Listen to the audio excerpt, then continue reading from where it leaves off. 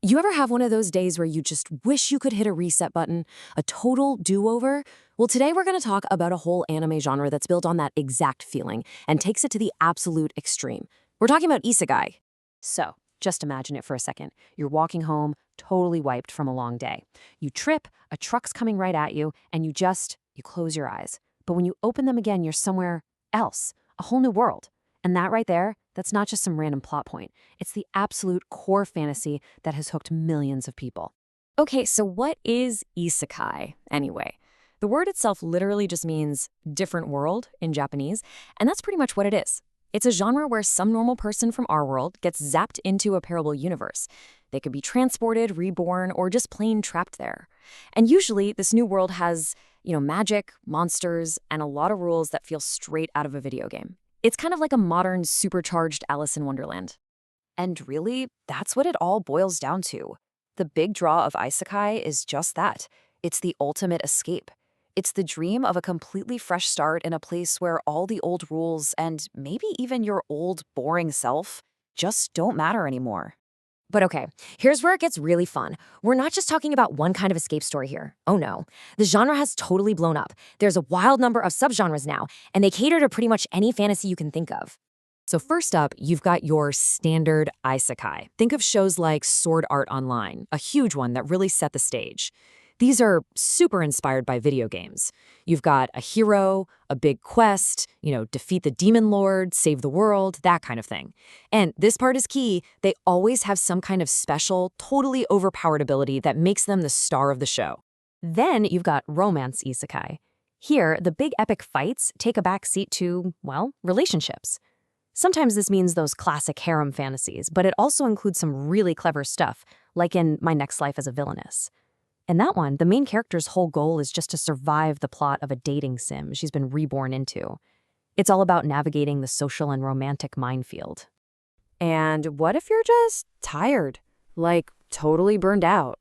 Yep, there's a subgenre for that too. It's called slow life isekai. In these stories, the main character gets to this new world and basically says no thanks to the whole saving the world thing. Instead, they use their awesome new powers to do something chill, like start a farm or open a little pharmacy.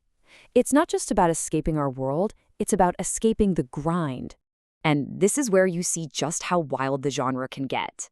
There are these outlier isekai that are just bizarre, in the best way. For example, the source material brings up the Ride-on King. Get this, it's about a character who looks a lot like Vladimir Putin getting transported to a fantasy world, and his only goal is to tame and ride every cool monster he can find. I mean, you literally can't make this stuff up.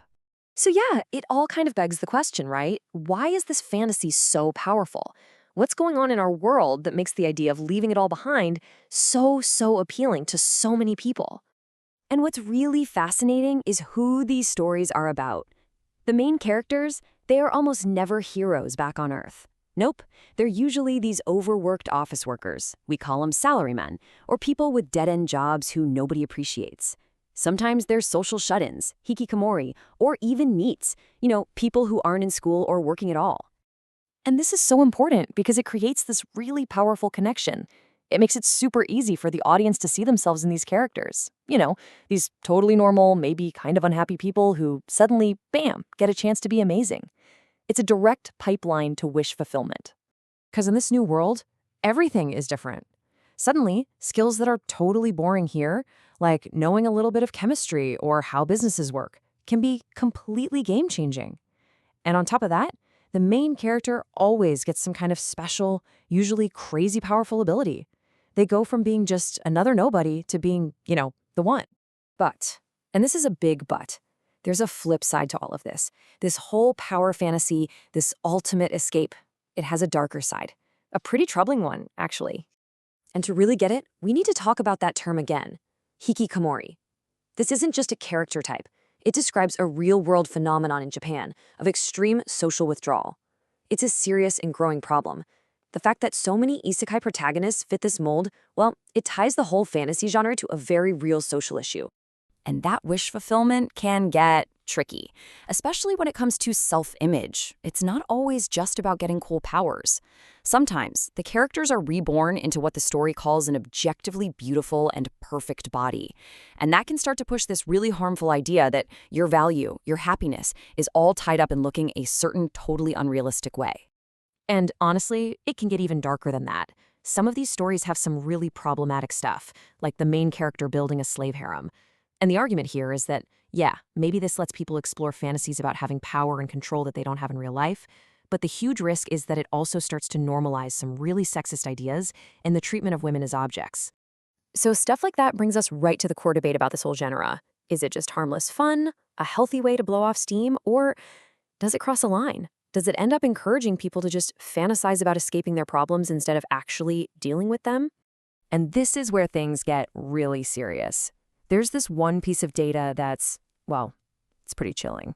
Okay, so between 2009 and 2018, Japan's overall suicide rate actually went down.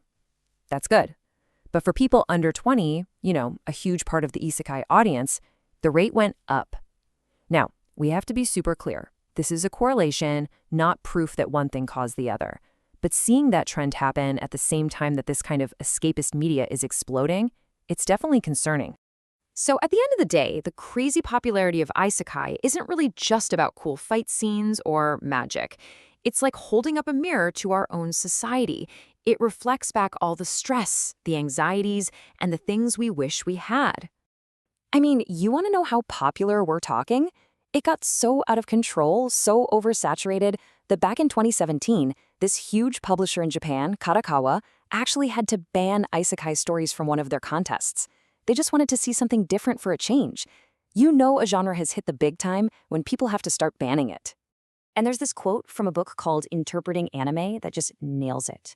It says, popular media is so powerful because it reveals subconscious desires that one may not even know about. And that's exactly what's happening with Isekai. Its success shows this massive hidden hunger for a do-over, for feeling like you have a purpose, for just being seen. So no, Isekai isn't just fantasy stories about other worlds. It's really a lens, a way for us to look at our own world. It shows us the crushing pressure of modern work, the real pain of being lonely, and that deep, deep human need to feel like we matter, especially when the world makes us feel like we don't. And that leaves us with one last kind of provocative question to chew on. After absolutely flooding our screens with stories about escaping and being reborn, is it maybe time for the isekai genre to get a taste of its own medicine? Is it time for it to wake up in a different world?